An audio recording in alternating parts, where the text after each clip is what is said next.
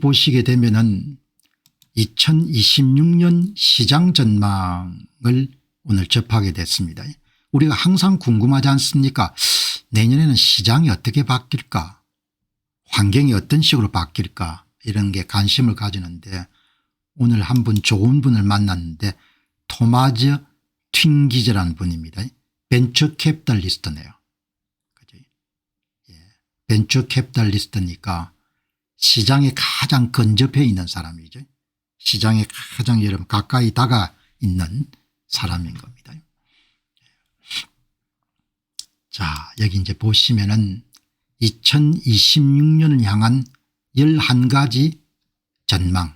이제 본인이 최일선에서 벤처 캐피탈리스트로 활동하면서 이제 세상이 어떤 식으로 바뀌는가라는 부분에 생각을 정리하는 거니까 제가 매년 이렇게 다음 해를 예상하는 그런 전망을 내놓는데 2025년은 제가 10개 가운데 7.85개 정도를 맞춘 것 같습니다. 여기에 2026년에 진행될 수 있는 시장 상황을 여러분들에게 소개해 드립니다. 그래서 궁금하지 않습니까? 실리콘밸리나 이런 데서 벤처 캐피탈리스트로 활동하는 사람들은 지금 가장 변화의 최일선에서 경험하고 있는 사람인데 이 사람들은 어떤 식으로 지금 시장을 보고 있냐. 그죠? 여기 보시죠. 2026년 11가지에서 마지막에 한 개를 더합니다. 12가지 주요 예측. 상당히 많은 그런 지식이 들어 있습니다. AI 에이전트 비용 역전. 기업들이 인간 직원보다도 AI 에이전트 도입 및 운영에 더 많은 비용을 지불하기 시작합니다. AI가 돈이 되는 겁니다. 기업들이 사람을 뽑는 것보다도 AI 에이전트를 여러분들 도입하는 것이 훨씬 더 유리한 겁니다. 그래서 2026년에는 그야말로 AI 에이전트 전성시대. 그러니까 사람에게 일감을 주는 것이 아니고 AI 이런 모델에게 일감을 주면은 AI 모델을 이 스스로 목표를 설정하고 해결책을 찾아서 대안을 제시하는 겁니다. AI 에이전트. AI 에이전트 비용이 계속 여러분들 하락하는 겁니다. 역대급 유동성 공급, 스페이스X와 오픈 AI 등 거대 유니콘들의 상장이 진행됩니다. 그리고 AI 혁명에서 도태되기를 두려워하는 기존 기업들이 작은 기업들을 관련 기업들을 인수하는 대규모 매수 합병 붐이 일어날 것 같습니다. 벡터 데이터베이스의 재부상, 조금 생소한 표현이지만 조금 이따 더 추가적으로 설명하겠습니다. 멀티모달 및 세계 모델의 확산으로 벡터DB가 기업 데이터와 모델을 잇는 필수 인프라로 다시 주목을 받고 매출이 폭발합니다. 여러분 우리가 지금 사용하고 있는 대규모 언어 모델 LLM은 주로 텍스트 기반이지 않습니까?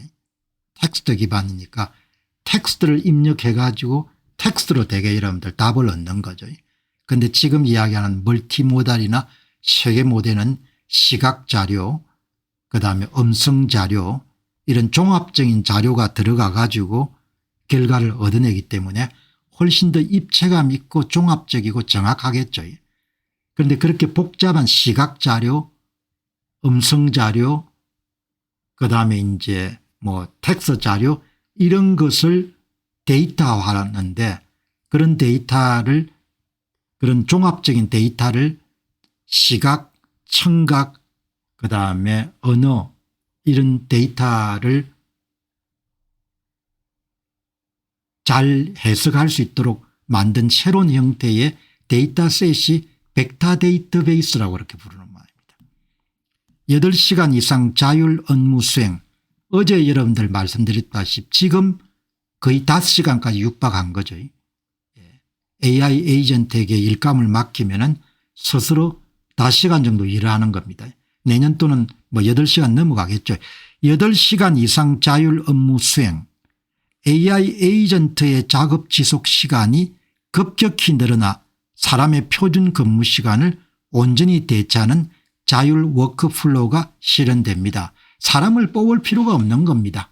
8시간이 다음에 10시간 12시간 이렇게 올라갈 거니까 사람이 잠을 자는 동안 계속해서 일을 시킬 수가 있는 겁니다.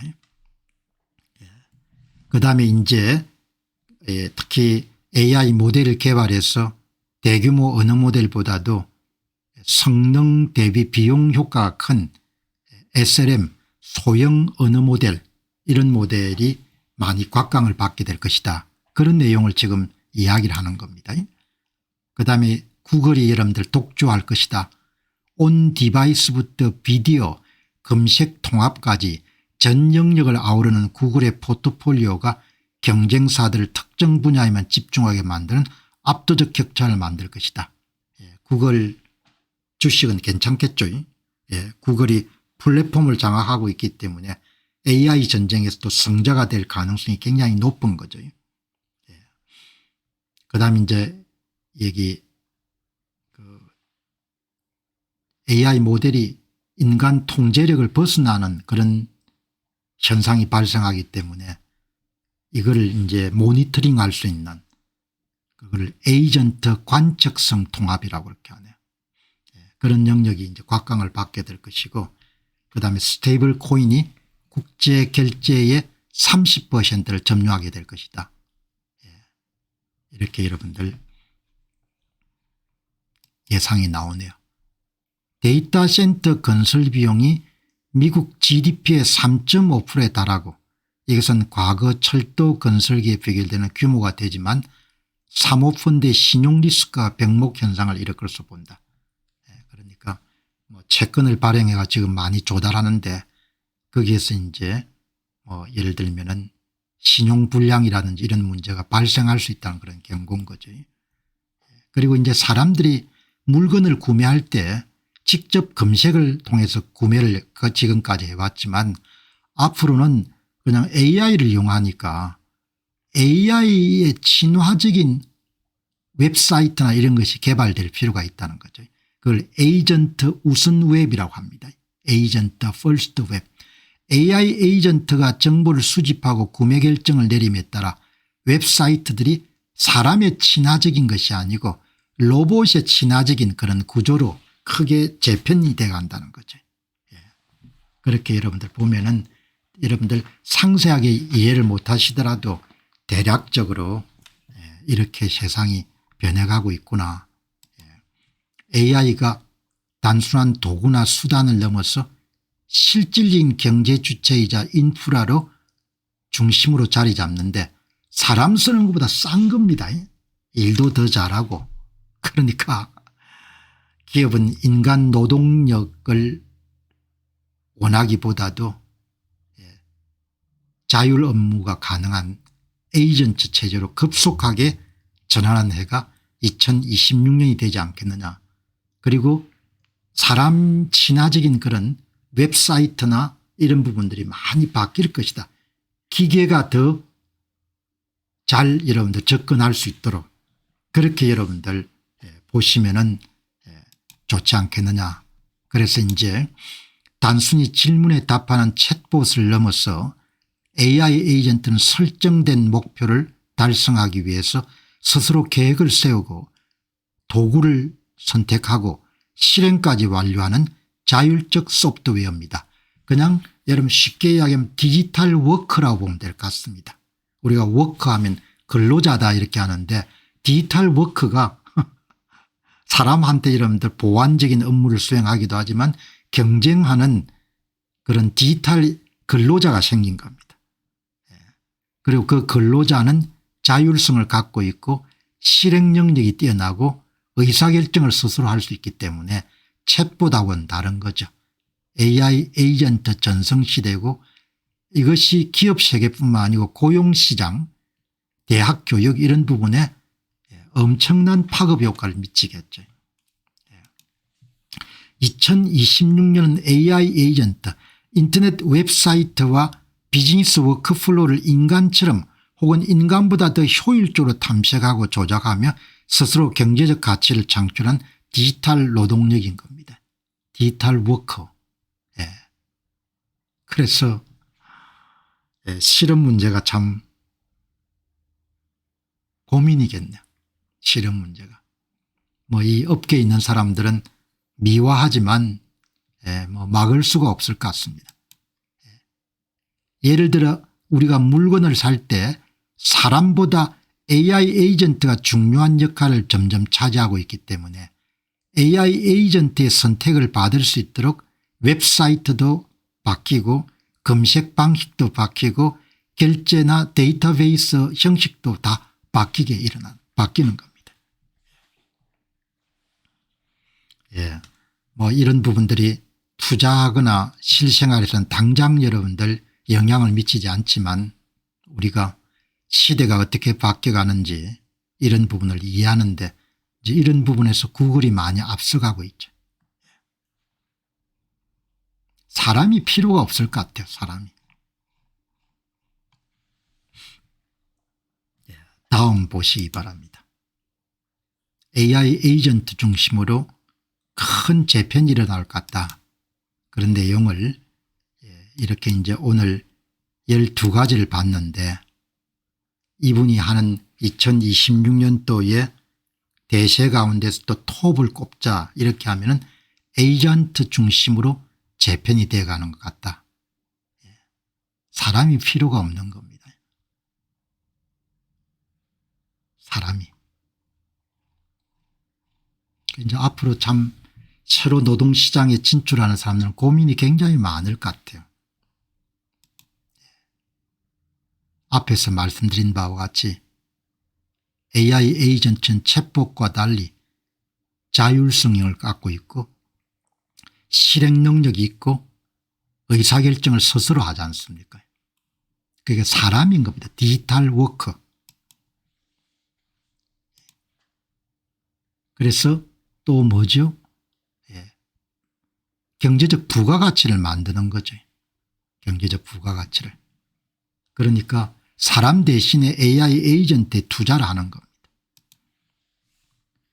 인터넷의 모든 시스템이 사람이 아닌 AI 에이전트가 있고 판단하고 결제하는 것을 최우선 순위로 설계가 될 것 같다.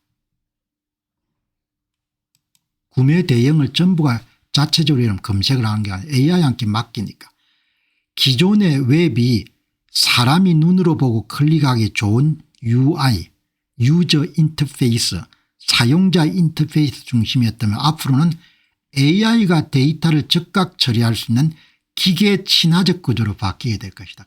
큰 변화인 거죠. 점점 더 구매 결정이나 정보 조사가 사람들이 직접 사이트를 방문하는 대신에 AI 에이전트의 구매 결정이나 리서치에 의존하게 됩니다. 기업 입장에서는 AI 에이전트를 선택을 받는 것이 최우선 과제가 되었기 때문에 시스템 전체를 사람 친화적인 부분에서 에이전트 친화적인 형식으로 다 바꿔가는 겁니다. 큰 변화가 일어나는 거죠. 디자인도 그렇게 바뀌고 데이터 형식도 그렇게 바뀌고 결제 시스템도 그렇게 바뀌고 그렇게 해서 웹사이트 디자인이나 검색 방식이나 결제나 데이터베이스나 이런 부분들이 전부 다 기계 친화적인 방식으로 바뀌는 거죠. 사람이 대체가 되는 겁니다. 사람을 뽑을 필요가 없는 겁니다. 이제 여러분 거기서 나오는 중요한 개념이 벡터 데이터베이스라는 겁니다. 우리는 그냥 데이터베이스 많은데 벡터 데이터베이스 2차원 3차원 그렇게 여러분들 데이터가 모아져 가지고 이렇게 벡터 데이터로 재형성되는 겁니다. 이렇게 하는 것은 에이전트가 여러분들 쉽게 이용할 수 있도록 AI 에이전트가 쉽게 이용할 수 있는 특별한 형식의 데이터베이스가 만들어지는 겁니다. 그게 벡터 데이터베이스라고 그렇게 부르는 겁니다. AI 에이전트와 대규모 언어 모델이 데이터를 이해하고 기억하는 방식을 혁신한 인프라로 텍스트, 이미지, 오디오 같은 비정형 데이터를 AI가 이해할 수 있는 숫자 배율은 벡터로 변환하여 저장합니다. 그러니까 데이터 형식 자체가 크게 바뀌는 거죠. 벡터 데이터베이스. 그러니까 이제 모델 자체가 여러분들 우리가 흔히 이야기한 챗봇처럼 텍스트 베이스 된 그런 모델이 아니고 텍스트, 이미지, 영상, 뭐 오디오, 그 멀티모달, 그다음에 세계 공간 모델, 그럼 로봇 같은 걸 하려면 이게 다 필요한 하겠습니까? 새로운 데이터 구조가 필요한 거죠. 새로운 데이터 아키텍처. 오늘 처음 접하는 벡터 데이터베이스. 이렇게 되는 겁니다. 그럼 여러분들 우리한테 뭘 이야기하죠? 사람이 필요 없다는 겁니다. 실업 문제가 심각해질 것 같아요. 기존 근로자들은 AI 활용도에 따라 생산성이 어마어마하게 높아지는 거죠. 범세계적인 문제가 될 것 같습니다. 대학 교육이 필요한지도 모르겠습니다. 기본적으로. 그러니까 유능한 사람들은 밑에 디지털 워커를 수십 개 데리고 일을 하는 겁니다. 인간 수준급 AI가 아닌 인간 수준을 훨씬 넘어서는 거죠. 그렇게 이런 세상에서는 개방적이어야 되죠. 변화 친화적이고 미래지향적이 돼야 되는 겁니다. 계속해서 이러면 억누르고 제압하고 분쟁 중심으로 보게 되면 그냥 그대로 그냥 여러분들 밀릴 수밖에 없는 겁니다. 계속해서 우리가 배우는 겁니다. 매일 새로운 것을 배우지 않습니까? 매일 새로운 것을. 3대 메가 테마. 완전히 다른 분야에 있는 사람들은 2026년 시장을 어떻게 볼 것인가 여러분 보시죠. 이 반 에커 미국의 자산운용사의 디지털 에셋 총책임자입니다. 마테 시겔이라는 분입니다. 여러분 우리는 이렇게 맨날 모든 분야의 최전선에서 뛰는 사람들의 핵심적인 그런 정보를 우리가 접하는 겁니다. 마테 시겔. 여기 반에크 그룹, 이게 반에크 그룹은 여러분이 아시다시피 미국의 대표적인 그런 반도체 섹터 ETF SMH를 운영하는 회사죠. 네덜란드계 회사입니다. 1955년에 아마 만들어졌을 겁니다. 그리고 이제 제가 자주 추천하는 미국의 반도체 설계사에 대한 투자 SMHX. SMH. 제가 아주 좋아하는 여러분들 ETF가 SMHX입니다. 두 개. 두 개를 아주 좋아하고 반에크 자산운용사를 굉장히 높게 평가합니다. 왜? 화란 사람들이 야무니까. 화란 게 미국인들이죠. 자, 이분 이야기 한번 들어보시기 바랍니다. 반에크 자산운용사의 디지털 자산 책임자 내년도 경기를 보수적으로 보네요. 이분은 이제 보수적으로 볼 수밖에 없을 겁니다. 비트코인 채굴업에서의 방향 전환이 기회를 창출할 것입니다. 그렇게 이제 보고서인데 아마 내부 고객들을 위한 보고서 같습니다. 비트코인은 지난 사이클보다 변동성이 절반으로 줄어들었으며 2026년은 급등이나 폭락보다는 다지는 해 콘솔리데이션 이어가 될 가능성이 높습니다. 글로벌 금리 인하가 지원군이 되고 있지만 AI 관련 자본 지출 우려와 자금 조달 시장의 불안정성으로 인해 미국의 유동성은 다소 타이트한 상황입니다. 돈이 어마어마하게 여러분들 투입돼야 되니까. 비트코인에 대해서 1%에 3%의 규율 있는 배분을 권장하며 레버리지가 청산될 때마다 비트코인의 가격이 떨어지게 되면은 분할식으로 달러 코스트 에버리징 방식으로 비트코인을 계속 사서 모으는 것을 권합니다. 이렇게 여러분들 여기 이 회사도 반에크도 여러분들 출시를 해가지고 비트코인 ETF하고 이더리움 ETF를 다 갖고 있죠. 여기 반에크는 반도체도 여러분들 굉장히 중요한 펀드를 갖고 있지만 골드 분야에서도 톱입니다. 그러니까 대규모 금강 ETF, 소규모 중형 ETF, 그러니까 원자재 시장에 굉장히 특화되어 있기 때문에 암호화폐나 비트코인이 상품으로 보는 거죠. 그래서 다양한 상품을 출시하는 그런 회사입니다. 스테이블 코인이 실제 기업 간 결제 영역으로 진입하고 있습니다. 토큰 자체보다는 이것을 가능하게 하는 운영기업에 더 지속적인 기회가 있을 것입니다. 뭐 테드나 서클 같은 그런 비트코인 스테이블 코인을 발행하는 회사들의 앞날이 밝겠다는 이야기죠. 2026년 비트코인은 급격한 변화보다도 안정화 단계에 진입할 것으로 봅니다. 이렇게 여러분들 이야기를 했는데 제가 이렇게 여러분 보면은 꼭 들어가서 이제 이분들의 타임라인을 따라 가지고 이런 전문가들의 생각을 이렇게 추적합니다. 추적하는데 이 보시죠. 이게 이제 이렇게 글을 17시간 전에 글을 하나 남긴 겁니다. 회사가 크니까 데이비드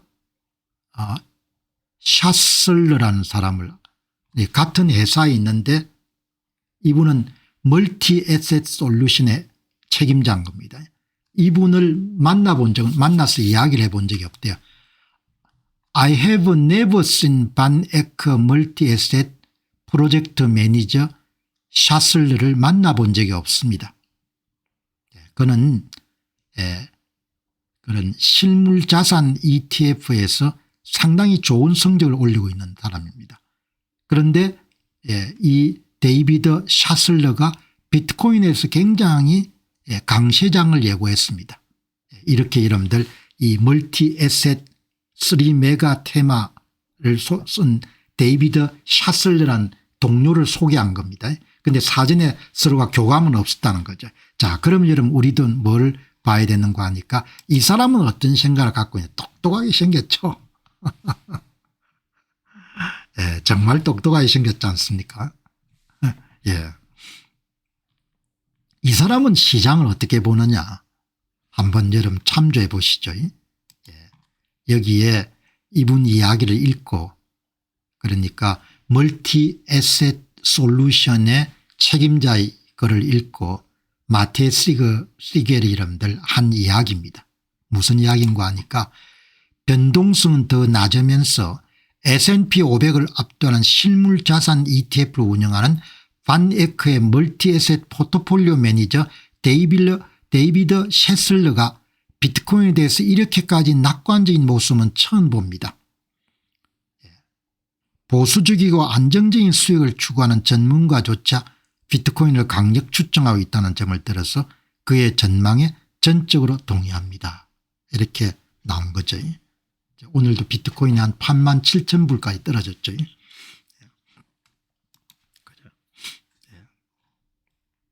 이 보시죠. 데이비드 셰슬러가 2026년 시장을 어떻게 보는지 부분에 대해서 이렇게 정리해 놨습니다. 기술혁명. AI는 이제 구축 단계를 지나서 실질적인 수익률을 입증해야 된 채택 단계로 접어들고 있습니다.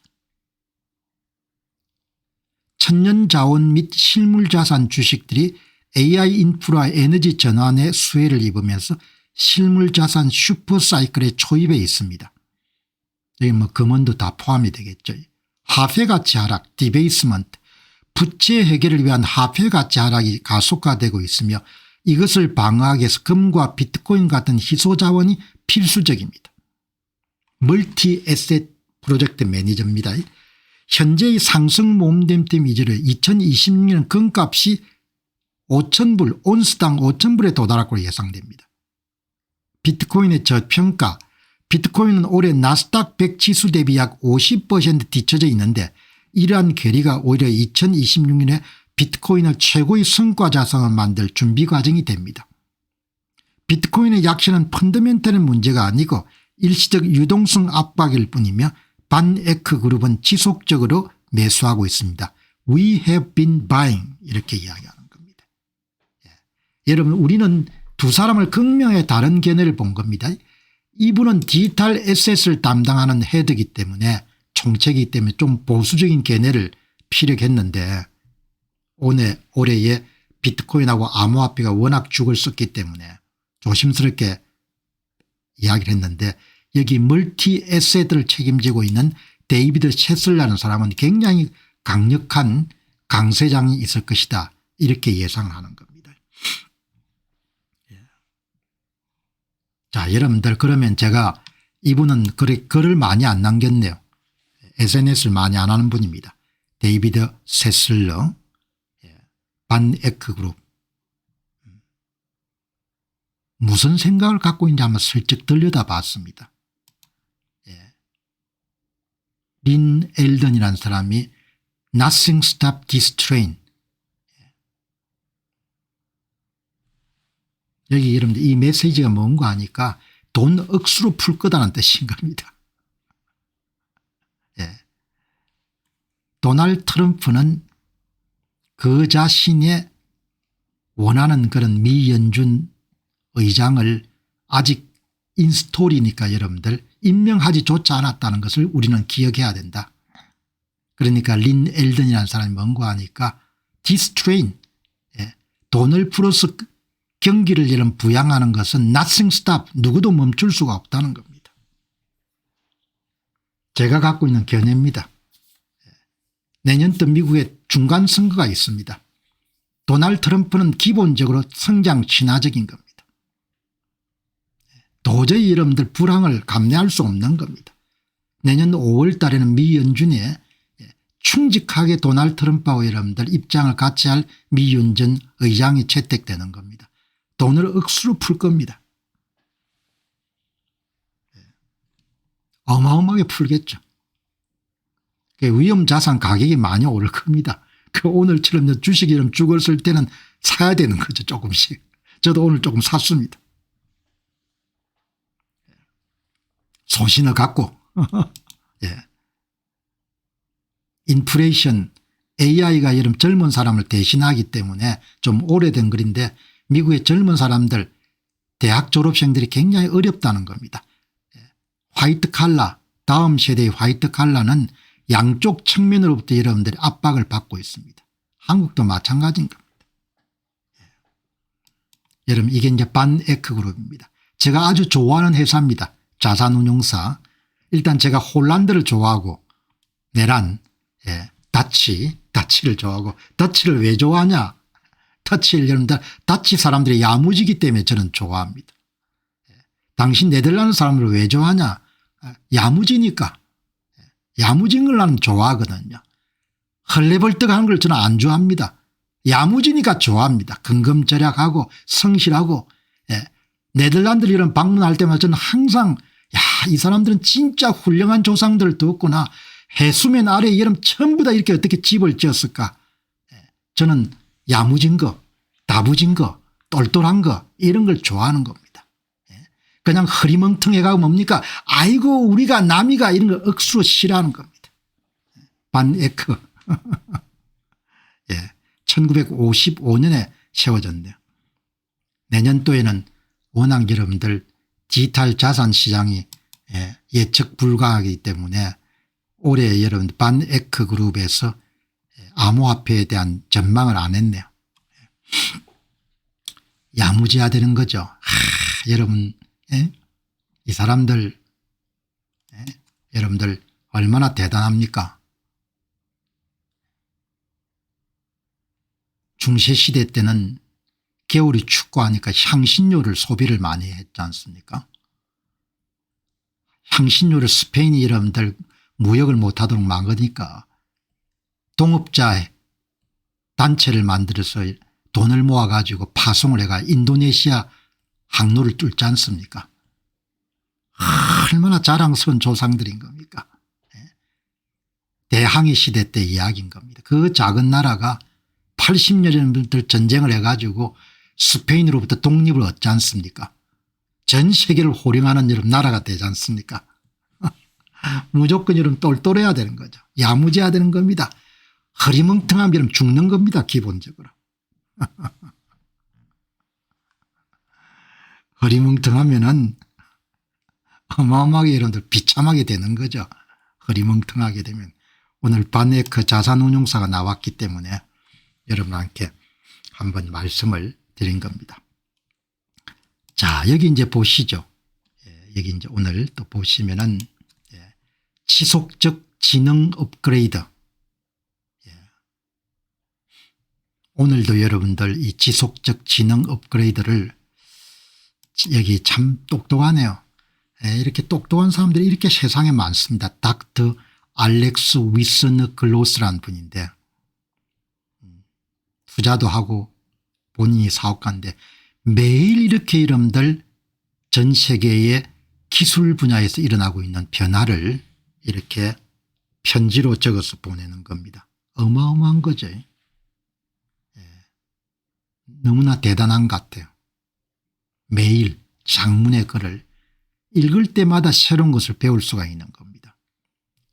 오늘 22일 날 여러분들 내는 인공지능은 단순한 도구를 넘어서 실시간 학습과 보편적 추론을 갖춘 고효율 지능으로 진화하면서 과학적 발견과 경제 구조를 근본적으로 뒤흔들고 있습니다. 오늘 방송을 보시는 분들이 저와 여러분들의 가장 인간적인 고유 특성이 추론 능력이지 않습니까? 추론 능력. 어떤 것을 보고 그것을 기반으로 해가지고 어떨 것이다 그렇게 이런 추론을 하지 않습니까? 그 추론을 인공지능이 대체하는 겁니다. 그러니까 사람을 완전히 대체할 수 있는 겁니다. 이제 거대 자본이 AI 인프라의 주인공으로 부상하고 지능이 고마진 상품이 됨에 따라 이런 인공지능 사업이 어마어마하게 마진이 높은 겁니다. 70% 이렇게 되는 겁니다. 돈이 되는 겁니다. AI는 로봇 공학을 통해 현실 세계에 깊숙이 침투하고 우주로까지 그 영역을 확장하고 있습니다. 특히 생물학적 한계를 기술적으로 해결 가능한 영역으로 편입시키며 인류의 생존 방식을 재설계하고 있습니다. 로봇이 여러분들의 생물학적 한계를 극복하는 일련의 과정이지 않습니까? 오늘 여기에 이분 닥터 알렉스가 하는 이야기 이름 들어보시기 바랍니다.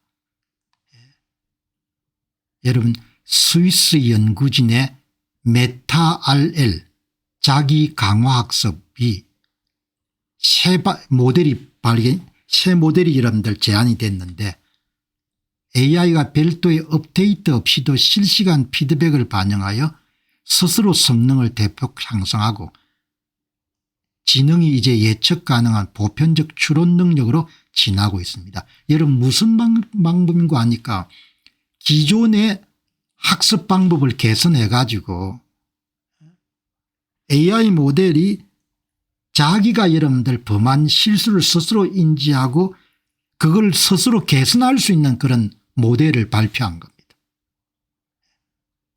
그러니까 자기가 지난번에 내린 의사결정과 행동에 잘못된 점을 스스로 찾아낼 수 있도록 만든 겁니다.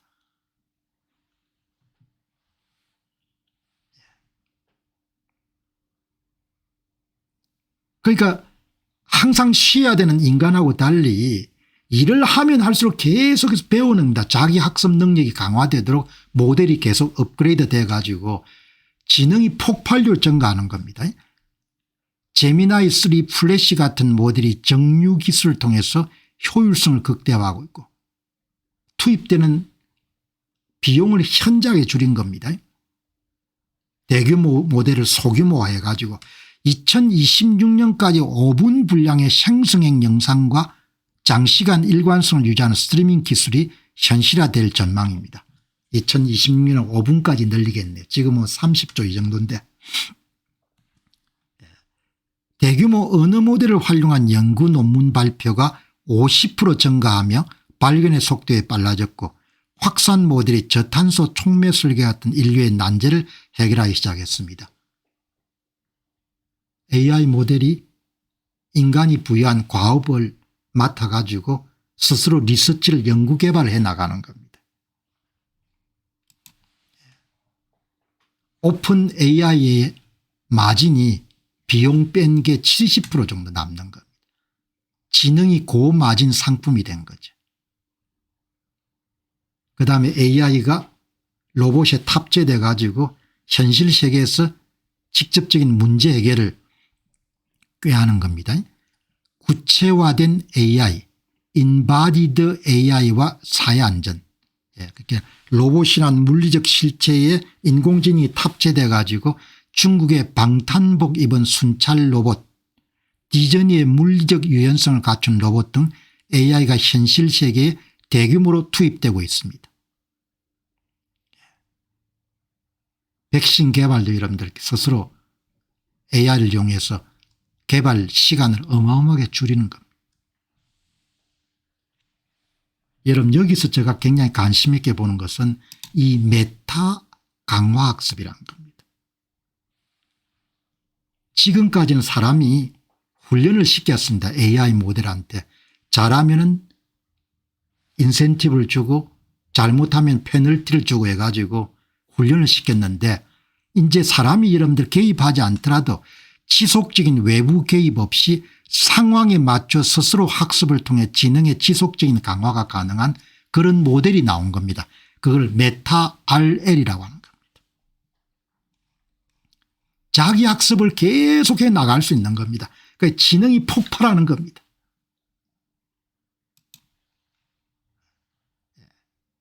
메타 강화학습. 단순한 강화학습이 특정 환경의 시행착오를 통해 정답을 찾는 것이라면 메타 RL은 새로운 환경이 부딪혔을 때 어떻게 탐색하고 적응해야 되는지를 그 전략 자체를 합성합니다. 그러니까 인간이 일일이 개입해서 이런 훈련을 시키는 것이 아니고 모델을 그렇게 만드는 겁니다. 전통적인 모델이 똑똑해지려면 매번 가중치를 수정해야 되지만 메타 강화학습은 인콘텍스트 적응을 통해 테스트 시간에 얻은 피드백만으로 지능을 보정합니다. 지난번에 여러분들 잘못 내린 결정을 위에서 새로운 의사결정을 내리도록 그렇게 이런 모델을 짠 겁니다. 메타 강화학습. 에이전트가 이전의 실패 사례를 스스로 성찰할 수 있도록 만드는 거죠. 획기적인 핵심인가. 이 논문이 기초가 된 모양입니다. 여기도 중국계네 전부 다. 유룬지앙, 리안제지앙, 다미엔 테니, 미첼 무어, 마리아 바빅, 스위스 대학에서 나오는 여러분들 이 언어 에이전트에서 메타 강화학습의 탐구 이런 논문이네요. 루낙 말드라는 사람이 추천한 겁니다. 이거 대단한 논문이니까 여러분 꼭 읽어보시기 바랍니다. 이런 겁니다. 구글의 딥마인드에 근무하는 인도계 미국인 같네요. 스탠포드 출신인데 딥마인드에서 여러분들 강화학습 담당하는 연구원입니다. 천재들 같아요. 여기 보시기 바랍니다. 스탠포드 대학 출신입니다. 구글 딥마인드에서. 여기 이런 타임라인을 읽어보니까 제가 강화학습을 처음 프로젝트를 맡은 것이 학부의 소포모 시절이었습니다. 스탠포드 대학에. 이런 모델을 훈련시키는 건데 제가 한 번도 이걸 평생 직장으로 삼을 거는 생각하지 않았습니다. Never thought 이렇게 이야기했네요. 이 천재들입니다. 연봉을 얼마나 받겠습니까? 어마어마하게 받겠죠. 천재들의 전쟁입니다. 나이 뭐 불과 한 20대나 30대 초반 정도 안 됐겠습니까?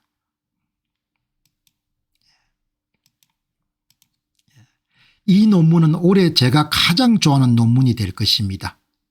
리치 설턴은 강화학습 방식이 지속적 학습에는 도달하지 못할 것이 주장했는데 이전 지식을 누적하지 못하고 모든 실행을 처음부터 다시 시작하기 때문입니다. 그런데 그것을 스위스 연구진들이 깼습니다. 그 스위스 연구진들의 연구 논문을 보면 주요 저자가 또 중국인들이겠죠. 중국계와 이런 인도계가 어마어마하게 이런 약진하는 거죠. 인도는 이런 수학이 강하죠.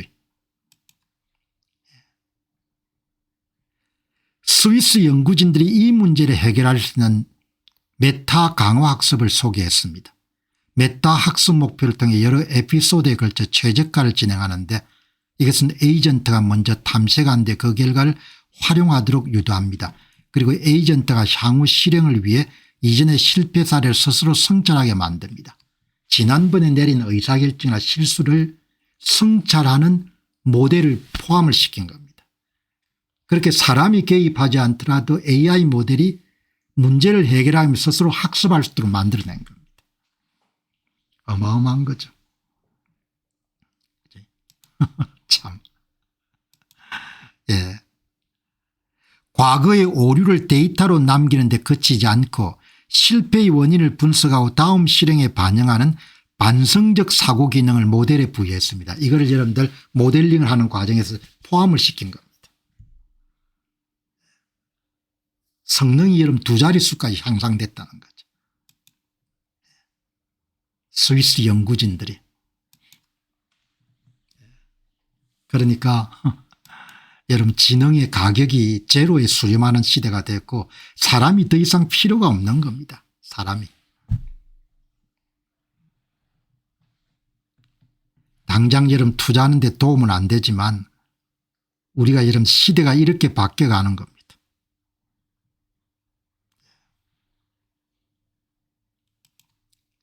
그다음 또 여러분들 여기에 닥터 왈러스가 한 이야기 중에서 관심 있는 것이 정류 기술입니다. 대규모 언어 모델을 소규모화해 가지고 소규모의 여러분들 언어 모델이 어마어마한 능력을 갖도록 만드는 기술인 겁니다. 인간이 대단한 겁니다. 디스틸레이션, 거대한 지식을 압축하는 기술인데 원래 모델의 500분의 1까지 축소했는데 성능은 어마어마한 것을 만들어내는 거죠. 그러니까 비용 대비 성과가 엄청나게 이름 뛰어나도록 그렇게 기술 진보가 이루어진 겁니다. 정류는 거대 모델이 가진 복잡한 추론 능력과 지식을 훨씬 작고 효율적인 모델에게 전수해서 성능을 유지하되 연산 비용을 획기적으로 낮추는 기술입니다. 원래 모델의 500분의 1까지 여러분들 비용을 줄였는데 그러니까 소형 여러분 온 디바이스 AI나 챗봇 실시간 챗봇 같은 데 활용할 수 있겠죠. 여러분 기술이 여러분들 어마어마한 겁니다. 이게 전부 다 수학 같은 데 기반을 두고 있을 거라고요. 학부 때 이런 공부를 많이 해야 되는 거죠.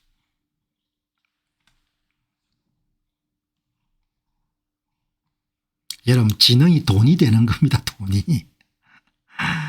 마진이 여러분 70%가 되는 겁니다. 대단하죠. 여러분 지능이 돈이 되는 겁니다.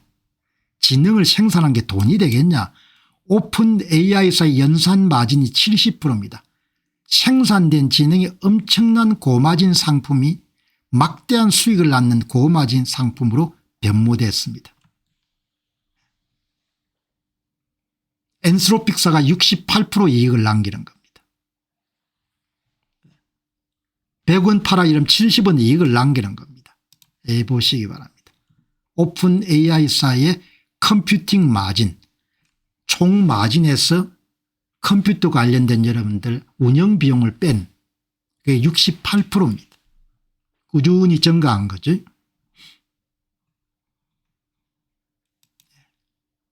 최근 보고에 따르면 오픈 AI에서 연산 마진은 2024년 1월 35%에서 현재 70%까지 급증했습니다. 그러니까 매출에서 서버 운영비 같은 걸 뺀 그런 비용인 거죠. 어마어마한 거죠. 한번 만들어놓으면 무한 복제가 가능하니까. AI 거품론이라는 그런 부분이 굉장히 생각보다 생산성이 여러분들 향상에 크게 임하지 않은 것 같습니다.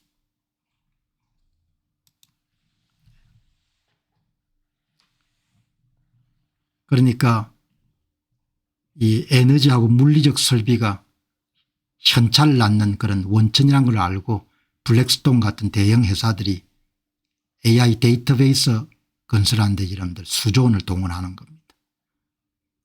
AI가 더 이상 돈을 태우는 기술이 아니고 폭발적인 현금을 창출한 지능형 원자재로 변모되어 가는 겁니다. 여러분들 회사 돈 어마어마하게 남기네요. 이게 이제 소프트웨어 as a 서비스죠. 그러니까 여기 보시면은 여기에 세일즈포스나 아도브나 마이크로소프트 같은 그런 소프트웨어 회사 클라우드 서비스에 얹어가 이런 서비스를 제공하는 그런 회사들의 마진이 80%네요. 80%. 지금 80%인데 앞으로 AI 관련된 마진은 더 높아질 거다 이렇게 보는 거죠. 그다음에 반도체 칩을 만드는 회사들의 현재 마진은 45%인데 AI 관련된 마진은 엔비디아 같은 75%까지 버는 거죠. 그다음에 이제 회사나 개인들한 클라우드 서비스를 제공하는 아마존이나 마이크로소프트나 구글 같은 회사들은 마진이 60%로 뭐 경쟁이 치열하고 설비 투자가 계속돼야 되기 때문에 앞으로도 크게 변할 가능성이 없네요. 그러나 반도체 칩은 계속 가격이 떨어진다는 이야기인 겁니다. 그다음 오픈 AI나 엔스록이나 구글이나 메타 같은 그런 AI 모델을 만드는 회사들은 AI 관련 마진이 30에서 60%네요. 오픈 AI사는 70%, 엔스록 68%. 그런데 앞으로 더 늘어날 걸로 보네요. 초기 투자가 많이 이루어지고 난 다음에 조금 투자는 좀 줄어들 수 있으니까. 이거 어마어마하게 많이 남기죠. 여러분 보시기 바랍니다. 이거는 전통적인 분야에서 남기는 이익 분야별로 애플리케이션 그다음에 AI 모델 클라우드 서비스 그다음에 반도체 칩 제조회사 이게 이제 AI 분야로 가면 앞으로 이익이 어떻게 바뀔 것인지 그걸 이야기한 거죠. 유일하게 AI 분야에서 여러분들 떨어지는 것은 칩업체 사이에 이런 경쟁이 치열해지고 자체 칩을 개발하기 때문에 이윤율이 계속해서 낮아진다는 겁니다. 돈을 엄청나게 남기네요. 여기 보시게 되면은 마이크로소프트 같은 마진율이 80% 이렇게 되는 모양이네요. 소프트웨어 분야가. 이런 용어 많이 쓰죠. 소프트웨어 as a 서비스. 클라우드 서비스에 소프트웨어를 여러분 얹어가지고 구독 서비스도 주로. 여기 이제 오늘 한 분이 발릿 방구라는 또 인도계 분 같네요. 이분이 놀랍다는 이야기를 하네요. 여기 보시게 되면은 연산 마진이 이미 현재 상장된 소프트웨어 기업들의 70에서 80% 하단부에 근접하고 있다는 것은 상당한 그런 결과물입니다. 앞으로 여러분들 더 나아질 것 같다 그렇게 이야기하는 겁니다. 자, 여러분 오늘 방송 여기서 이제 오늘 마무리를 해야겠네요. 자, 여러분 오늘 방송은 뭐 아주 구체적인 이야기는 좀 드물었는데 이제 방송 준비하면서 이제 앞서가는 사람들 오늘도 이런 반에크 그룹 사람 이야기도 듣고 닥터 왈러스 이야기 듣고 여러 사람들의 이야기를 들을 수가 있었지 않습니까? 그러니까 오늘 제가 방송 준비하면서 갖게 되는 생각은 우리가 AI 발전은 가보지 않았기 때문에 그냥 우리가 갖고 있는 상식이나 이런 수준 정도에서 생각하는데 지금 세상 돌아가는 걸 보게 되면은 지능의 생산 비용이 현저하게 낮아지는 시대가 된 것 같아요. 그리고 인간들이 스스로 생각할 때 고유한 능력이라고 봤던 추론 능력 같은 게 거의 다 이런 대체가 되는 것 같습니다. 대체가 되기 때문에 참 지금 이제 여러분 자식 키우시는 분들, 젊은 부모님들, 그리고 이제 손자 손녀를 두시는 그런 할아버지 할머니들은 정말 참 보통 일이 아닌 것 같아요. 보니까. 예. 저는 이제 관찰자 중심으로 이렇게 글을 준비하는데 지금 이제 현역에 직접 있는 사람들은 인력이 대체가 되지 않습니까? 그러니까 중간 관리자 한 사람이 디지털 워커 AI 에이전트를 여러 개 가지고 과거에 비해 수십 배 정도의 생산성을 기록할 수 있는 겁니다. 그러니까 사람이 많이 필요가 없는 거예요. 특히 입사해서 일을 배워야 될 사람들이 거의 필요가 없어지는 그런 시대가 돼버린 거죠. 어마어마한 거죠. 세계사적으로 글레이트 트랜스포메이션이라는 표현을 쓰면 좋겠네. 거대한 전환의 시대가 된 것 같습니다. 가보지 않았기 때문에 종착지가 어떻게 됐겠다는 예상을 할 수가 없는데 어마어마한 생산성 향상이 있을 것이고 그래서 일각에서 이야기하는 것처럼 AI 기술 자체가 하이퍼 디플레이션 된 특성을 갖고 있다. 물가 같은 걸 어마어마하게 낮추는 역할을 할 것 같아요. 그런데 사람이 필요가 없어지는 겁니다. 사람이. 특히 직업시장에 처음으로 들어가는 사람들 대졸자라든지 아니면 뭐 로스쿨이라든지 이런 데 좀 졸업하고 첫 관문을 뚫기가 굉장히 어려워지는 그런 시대가 되겠네요. 왜냐하면 과거에는 그 사람들을 써가지고 일을 했는데 이제 그 사람들이 AI 에이전트에서 완전히 대체가 돼버리니까 숙련도가 낮은 직종부터 대체가 될 거다 이렇게 예상했는데 AI 에이전트가 진화해가는 속도나 방향을 보게 되면은 고지능 분야에다 전부 다 무차별적으로 그러니까 마케팅 같은 분야 거의 다 대체가 돼버릴 것 같거든요. 어마어마한 사회지 않습니까? 이런 것을 나라를 이런 이끄는 사람들이 조찬 모임 같은 데 전문가를 불러서 계속 공부를 해야 되는 겁니다. 그러면 이제 이런 시대에 나라 일을 하는 사람들은 어떻게 해야 되냐? 방법이 없는 거죠.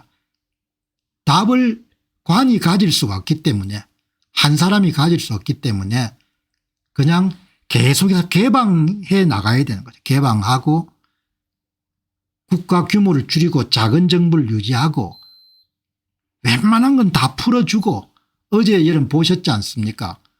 미국의 소피뱅크가 은행에서 비트코인을 팔지 않습니까? 이더리움을. 그런데 웹사이트를 얼마나 쉽게 만들어놨는지 누구든지 재미삼아 이런 비트코인을 살 수 있게끔 만들어 놓은 겁니다. 그리고 은행이니까 보안도 잘 돼 있을 것이고 그렇게 진취적으로 나가야 되는 거죠. 진취적으로 업계가 비트코인 현물 ETF 허락해 주시기 바랍니다. 이더리움 비트코인 허락해 주시기 바랍니다. 그럼 빨리 허락을 해 줘야 되는 거죠. 허락을 해가지고 그 현장에 서 있는 사람들이 마음껏 여러분들 차고 나가게끔 갇힌 사회, 닫힌 사회, 경직된 사회는 완전히 패배할 것 같습니다. 패배한다는 이야기는 뭔가 아니고 먹고 살기가 힘들어진다는 겁니다. 이제 로봇 시장이 어마어마하게 커질 겁니다.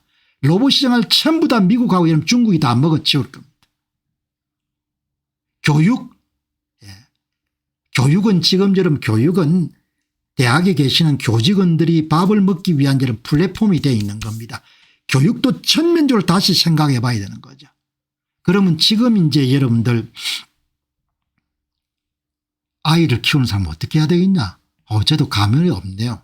어떻게 해야 되겠는지. 그런데 과외비 많이 안 쓰는 건 중요한 것 같습니다. 과외비 대신에 미국 ETF 사는 게 훨씬 더 현명할 것 같아요. 입시 위주 필요가 전혀 없는 거죠. AI에 물어보면 여러분 전부 다 주는데. 그런데 항상 여러분들 나라의 제도나 체제라는 것은 늦게 변하니까 한국이 성공할 가능성이 있겠냐 모르겠습니다. 은행에서 비트코인을 팔고 칸막이를 다 없애줘야 될 것 같아요. 칸막이를. 뭐 서로 경쟁하면 더 나아진 걸 발견할 수 있도록. 그래서 지금 비트코인의 여러분들 원조라고 볼 수 있는 오스트리아 비엔나 출신들이 여러분들 시작했던 오스트리아 경제학파 오스트리안 에코노믹스, 그게 여러분들 가장 이론적인 지주로 한 분이 프리드리크 폰 하이եկ이지 않습니까? 프리드리크 폰 하이եկ이라는 분이 뭐라고 이야기했습니까? 경쟁은 발견적 절차라는 표현을 썼지 않습니까? 경쟁이 있어야 새로운 것, 좋은 것, 훌륭한 것이 계속해서 이렇게 나갈 수 있는 거지. 그걸 허용할 수 있어야 되는데 그거는 좌파하고 이런 같이 가기가 어렵습니다.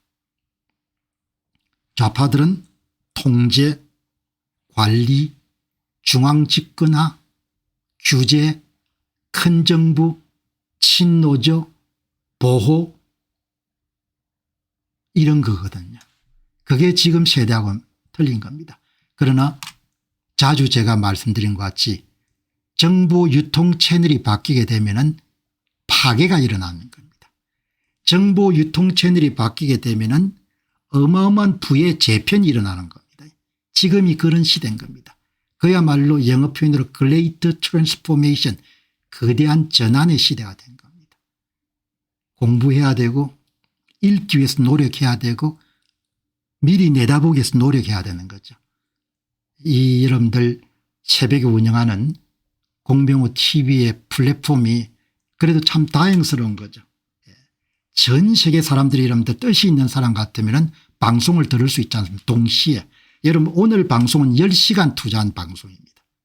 오늘 방송은 제가 10시간, 그러니까 10시간을 여러분 어느 정도 투자하는 거 하니까 완전 초집중 상태에 투자하는 겁니다. 밥 먹는 시간 약간 제외하고 전부 다 쏟아부어서 여러분들 콘텐츠를 만드는 겁니다. 그러니까 여러분들이 편하게 앉아서 여러분들 소비를 하지만 이 매일 하는 콘텐츠가 8시간에 10시간 정도의 리서치를 통해서 만들어진 자료들인 겁니다. 그걸 통해 가지고 세상이 변모하는 그런 모습을 대략적으로 여러분들 파악해나고 조금 더 구체화해 나갈 수 있는 겁니다. 그죠? 여기 선두주자는 역시 미국이겠죠. 왜냐하면 콘텐츠를 만들어내는 사람들의 수준 자체가 다른 겁니다. 어마어마한 차이가 있는 거죠. 그러니까 하루라도 놓치면은 시대에 뒤떨어진다는 느낌이죠. 왜? 하루를 챙겨보지 못하면은 하루 동안 여러분들 그 똑똑한 사람들이 생산한 지식이나 정보를 놓치면은 감을 잃을 수가 있는 겁니다. 여러분 시대가 어마어마하게 바뀌네요. 매일 여러분들 콘텐츠를 준비하기 위해서 딱 근무를 시작할 때 야 오늘은 똑똑한 사람들 뭐라고 이야기를 해놨나 이런 궁금함에서 모든 것이 시작이 되거든요. 호기심에서. 그래서 시대 상황이 조금 이렇게 정치적으로는 우울하지만 그래도 이런 조선시대가 우리가 나서 살지 않지 않습니까? 얼마나 복받은 인생들입니까? 조선시대에 나서 살면은 그냥 관이 우리를 억압하면 꼼짝할 수가 없지 않습니까? 그냥 떠날 수가 없는 건데 지금은 돈은 내보낼 수 있지 않습니까? 돈을 내보낼 수가 있고 또 비전이 있는 이런 부모들은 자식들 앞날을 위해가 여러분들 자식들이 미래를 준비할 수 있는 그런 여력도 있고 하니까 일단 돈을 내보내는 게 어마어마한 축복인 거죠. 그리고 전 세계의 가장 고품질 여러분들 지식이나 정보를 실시간으로 습득할 수 있는 그런 시대에 났으니까 안을 보면 좀 답답하지만 그래도 굉장히 복받은 세대인 거죠. 가끔 저는 조선을 생각하거든요. 그러니까 여러분이 보시면 구전동화 보면 맨날 관이 수탈하지 않습니까? 억압하고 구전동화 보시기 바라면 전부가 다 관이 수탈하는 겁니다. 여러분 구전 동화를 보시게 되면 전부가 하나같이 관이 수탈하는 겁니다. 관이 수탈해가지고 사람들이 고생하다가 다음에 뭐죠 암행의사 이름 나와가지고 해방을 시켜준다는 대부분 그런 권선징악 이야기지 않습니까? 그러나 지금은 본인이 똑똑하면은 돈은 일단 미국 유학 보낼 수가 있고 미국 이민을 보낼 수가 있는 겁니다. 그래서 높은 데만 보게 되면은 우울하지만 제가 전 세계 여러분들 유튜브나 이런 걸 많이 보니까 전 세계가 여러분 엉망진창입니다. 남미도 그렇고 여러분들 남미 아프리카 유럽도 그렇지 않습니까? 유럽도 엉망진창이지 않습니까? 캐나다 모르겠는 캐나다 사시는 분은 어떻게 보는지 모르겠지만 겉으로 볼 때는 캐나다도 많이 정체됐다는 생각이 드는 거죠. 그러니까 우리가 처하고 있는 그런 어려움이나 이런 부분을 뭐 지나치게 참 온전한 나라고 좋은 나라인데 한국이 그 나라를 그거 복에 겨워 가지고 그렇게 어렵게 만드니까 그렇지만 계속해서 이제 투자 공부를 통해 가지고 시대를 읽고 그다음에 변화의 흐름을 읽고 기술 트렌드를 읽고 그리고 훌륭한 투자를 할 수 있는 그런 길을 계속해서 찾을 수가 있으면 더 나은 그런 삶을 만들어낼 수 있지 않겠느냐 그렇게 생각합니다. 제가 이름 갖고 있는 큰 특징 가운데 하나가 입장을 비교적 좀 명쾌하게 정리하는 속성을 갖고 있습니다. 그 이야기는 뭔가 하니까 내가 통제할 수 있는 것은 가슴앓이를 하는 겁니다. 내가 통제할 수 있는 것은 그런데 내가 노력했지만 통제할 수 없으면은 그러면은 그냥 입장을 정리하는 거죠. 손을 터는 겁니다. 왜? 내가 통제할 수 없는데 그걸 이름 가슴앓이 해가지고 나아질 가능성도 없고 몸만 상하지 않습니까? 그래서 정치나 이런 부분에 관심을 가져야 되지만 뭐 그렇게 나쁜 뜻을 가진 사람들이 뭐 함부로 하겠다고 하면은 그건 뭐 저항할 수도 있겠지만 뭐 또 입장을 정리할 수도 있는 거죠. 개인이 선택해야 되지만. 자, 박현주님 고맙습니다. 자, 오늘 여러분들 방송 마무리하고 또 내일 새 주제 가지고 여러분 찾아뵙도록 그렇게 하겠습니다. 좋은 하루 되시기 바랍니다. 감사합니다.